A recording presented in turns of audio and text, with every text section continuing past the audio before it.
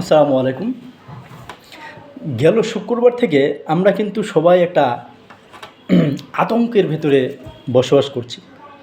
এরই মধ্যে অনেক বিশেষজ্ঞ, ভূতাত্ত্ব ভূতাত্ত্বিকবিদ, ঢাকা ইউনিভার্সিটি, বুয়েট, জাহাঙ্গীরনগর ইউনিভার্সিটি, অনেকে বড় বড় স্যারেরা বিভিন্ন তথ্য সামাজিক যোগাযোগ মাধ্যমে বলে বেড়াচ্ছেন যে ৮ আসতেছে, ৯ মাত্রার আসতেছে। হুম বড় ঝুঁকির মধ্যে বড়, সবচেয়ে বড়টা হবে। কেন এসব কেন বলছেন আপনারা বলেন তো? আমি বিনীত সুরে আপনাদের কাছে বলতে চাই, প্লিজ এসব বলবেন না। আমরা সবাই ঢাকা শহরে বসবাস করছি, বউ বাচ্চা, মা বাবা, আত্মীয় স্বজন নিয়ে আমরা সবাই বসবাস করছি।